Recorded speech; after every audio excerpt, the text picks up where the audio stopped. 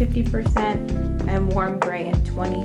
So it really just depends on like what you are rendering and what tone or undertone that fabric or color that you're focused on is utilizing. So I decided that after I sorted those drawers into, or at least according to color theory, as closely as possible, I left the broad side face down, so it's just a little easier for me to see all the colors.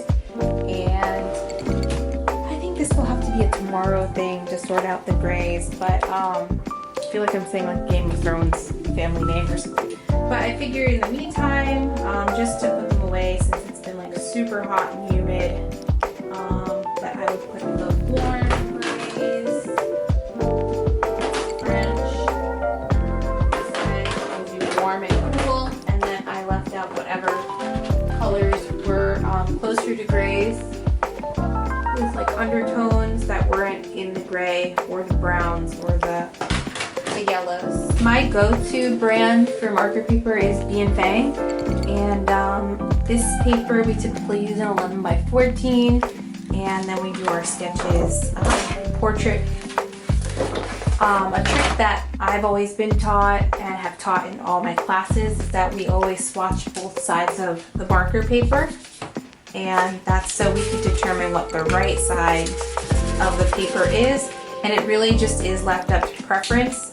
This is a swatch of a French gray 60%, and we can also swatch, here's a cool gray in 90, so I just like to give myself like a little note as to what color and percentage it is.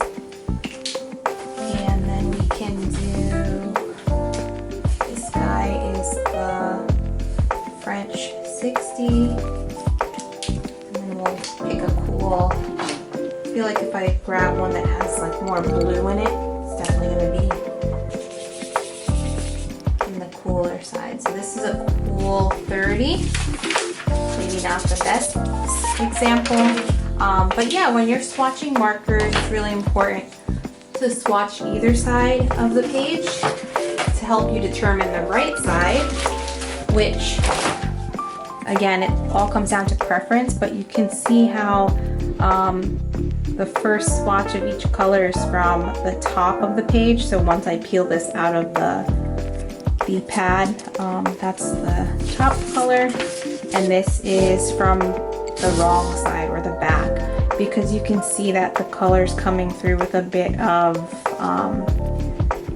like an opacity, so you have like a little bit more control with how it's coming through. But it really is up to the illustrator. So yeah, so Bien Fang, that's my favorite brand of marker paper. Good old tracing, Strathmore or any brand is really fine, because you'll use this just to do your full length sketches of your development of the designs. And yeah, so good old marker paper, tracing paper, and a great set of markers, and you're on your way to designing an awesome portfolio. And of course, I had to be sure to shine a star on my incredible international students that just wrapped up their course at FIT with myself and my colleague, Professor Cutting.